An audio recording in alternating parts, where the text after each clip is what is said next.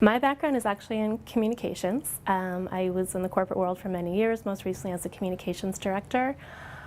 I've always wanted to open a gift shop. I think it's something I've always dreamed of doing since I was a kid. So last summer I had the opportunity to try it, and so I did.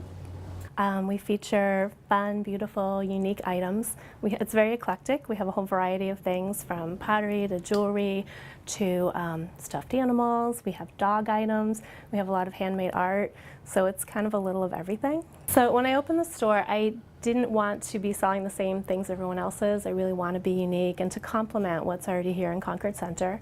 I try to find very different things. I have my own sense of style. I like rustic industrial style. I like nature. I like dogs.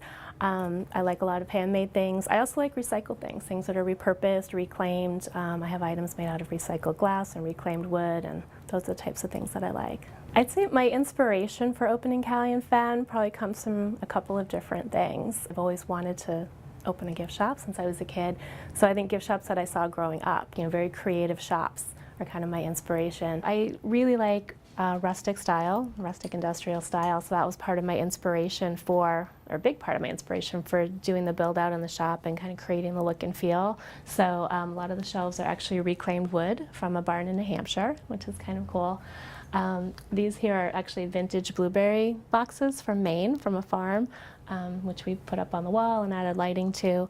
So I was really happy with how the build-out came out, and I think it really kind of captures the look and the feel that I wanted for the shop. I've learned a lot. Anytime you start a new project, it's a learning experience, and opening my own business, I had to learn everything from how to set up my business accounts to getting my DBA certificate, finding a POS system, learning how to use it, sourcing all the products. And that was probably the biggest learning experience, I think, is finding the things that I wanted to carry. So even like starting on Pinterest, finding things I like, drilling down to the source, contacting wholesalers, contacting craftspeople. I've also just learned about how much talent there is locally. So since I opened, several artists have come into the store and said, I'm a photographer, I do hand knit items, I make bracelets. So I've met a lot of people that make some beautiful things, and I'm happy to carry their items in the store as well and support them. Here are a few items that are handmade by artists or craftspeople in Concord. These are pot holders, just a couple. We have a whole variety of patterns that are made by Bonnie Kennedy. We also have a lot of photographs from Terry Ackerman.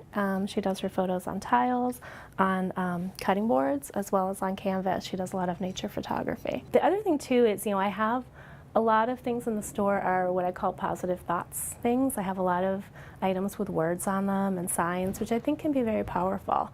So I think part of my inspiration is to create a happy store that might inspire people or maybe just brighten up their day a little bit.